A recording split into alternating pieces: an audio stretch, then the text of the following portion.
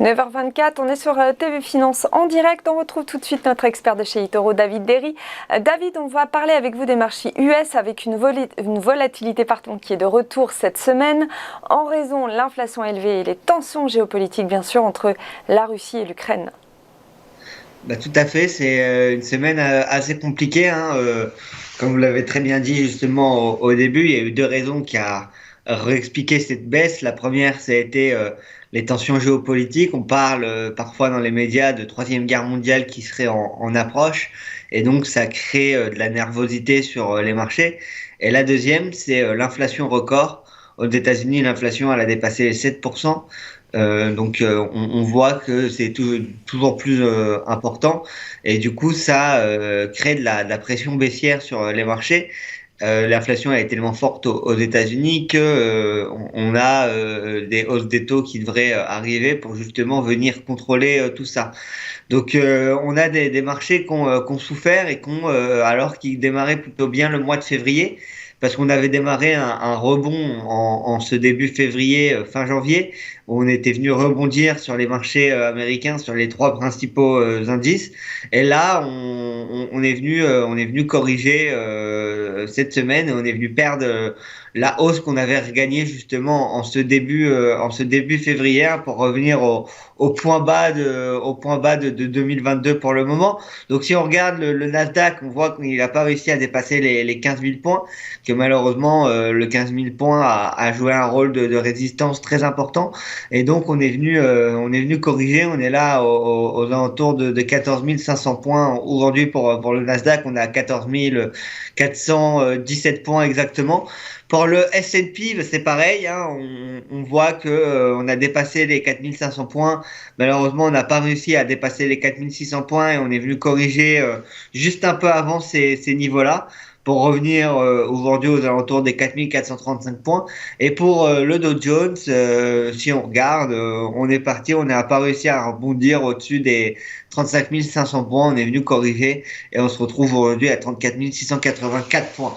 Des marchés qui inquiètent, mais pourtant malgré cela, on a eu une saison des résultats qui a été quand même assez particulière, parce que si on regarde des entreprises comme Apple, comme Google, comme Microsoft, etc., on voit que la plupart ont dépassé les attentes, donc c'est pas négligeable. Et puis la saison des résultats qui devrait continuer cette semaine et se terminer justement cette semaine.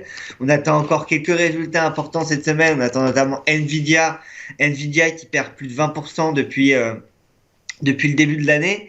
Donc les résultats pourraient être un espoir de rebond, même si certains analystes jugent aujourd'hui que Nvidia se trouve quand même assez cher. Parce que pour rappel, si on regarde le ratio price earning, on est aux alentours de 75. Donc ça veut dire que Nvidia est valorisée 75 fois ce qu'elle gagne. Il y a certains analystes qui jugent ça cher. Maintenant, l'action est venue de corriger de 20% ces derniers temps, et justement, Nvidia pourrait profiter de résultats assez impressionnants, notamment parce que, comme on a vu cette année, il y a eu une pénurie dans les semi-conducteurs. Pénurie qui a entraîné une hausse des prix de ces actions-là en fin 2021, mais on commence l'année en corrigeant, donc ça pourrait être l'occasion de se reprendre. On voit qu'Nvidia est aux alentours des 242 dollars en ce moment. Ils partageront leurs résultats demain, donc ce sera à suivre. Ce sera pas la seule boîte qui va partager cette semaine et qui sera intéressante. En plus de Nvidia, on aura d'autres boîtes. On aura notamment Airbnb. Airbnb qui est, bon, on ne présente plus la société, je pense que tout le monde connaît, mais qui, depuis son IPO, a pas eu de très beaux jours en bourse, hein. Elle a eu un parcours assez compliqué. Là, on le voit sur le graphique, hein. On avait pourtant bien démarré l'IPO, hein, quand ça avait démarré, parce qu'on était passé tout de suite au-dessus des 200 dollars. Et puis malheureusement, on est venu fortement corriger, on est revenu de redescendre au prix à peu près d'introduction en bourse, et depuis on stagne sur ces niveaux-là. Est-ce que les résultats d'entreprise d'Airbnb vont pouvoir leur donner un souffle? Ce sera à vérifier. Mais en tout cas, ça sera assez intéressant de suivre, hein, et ça restera une grosse boîte. On voit que depuis quelques temps, on est dans un début de rebond là, depuis le début février, début de rebond qui est venu ralentir avec les récentes annonces, comme on le disait, géopolitiques et d'inflation, mais le cours qui pourrait repartir, en tout cas Airbnb qui partagera aussi ses résultats et ce sera aussi assez intéressant à suivre, ce sera aussi jeudi. Et puis dans les autres boîtes, on aura aussi notamment TripAdvisor. Donc on pourra suivre aussi ces résultats, notamment pour vérifier si le secteur du tourisme repart à la hausse. Et puis maintenant, on va s'attarder sur l'action Splunk qui gagne 9% après la proposition du rachat de Cisco pour 20 milliards de dollars. Tout à fait. Donc Splunk, pour ceux qui ne connaissent pas, c'est une société qui est spécialisée dans le cloud et qui utilise notamment le cloud pour la cybersécurité et pour travailler avec des boîtes et les aider à sécuriser leurs données et leur site internet. Et du coup, ils ont eu une offre de rachat de Cisco pour 20 milliards de dollars. Et du coup, Splunk, qui hier est l'un des market movers, en tout cas celle que nous on a repéré. Splunk arrive à un niveau quand même assez bas, hein, qui a connu une année 2021 assez compliquée, notamment la fin de l'année 2021. On était aux alentours des 175 dollars et puis on est venu fortement corriger pour descendre aux alentours des 120. Là, on se stabilise, on est venu rebondir aux alentours des 120, on se stabilise aux alentours des 125. Et il y a le cours à l'annonce de rachat éventuel de Cisco.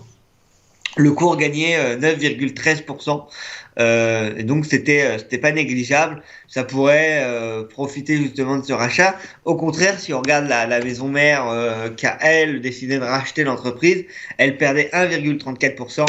Pour rappel, en général, dans une opération de fusion-acquisition, on a l'entreprise qui se fait racheter, qui est en général impactée positivement par le rachat, parce qu'elle va recevoir les fonds, et puis l'entreprise qui rachète, bien évidemment, vu qu'elle, en général, donne beaucoup d'argent au moment de cette opération et fait partir beaucoup d'argent de sa trésorerie, ça a toujours un impact un peu négatif. Et là, donc, Cisco, on est venu perdre hier 1,34%, ce qui représente 72 centimes. C'est pas encore négligeable, mais Splunk qui pourrait donc justement commencer sa reprise avec cette nouvelle. À voir après si le rachat se confirme. Mais Splunk, qui moi je ne connaissais pas, c'était pas une entreprise que je connaissais. Et du coup, j'ai rajouté à ma liste de suivi. On voit en plus, si on regarde les estimations des analystes sur Splunk, on arrive à peu près à l'estimation faible, hein, qui est à 120 dollars. Et on est en achat modéré avec 70% des spécialistes, donc des analystes qui recommandent un achat et une estimation élevée du cours à 225 dollars. Donc il y a quand même des belles perspectives et cette offre de rachat par Cisco entraîne aussi un espoir sur la valeur et un espoir éventuel de rebond pour cette année 2022.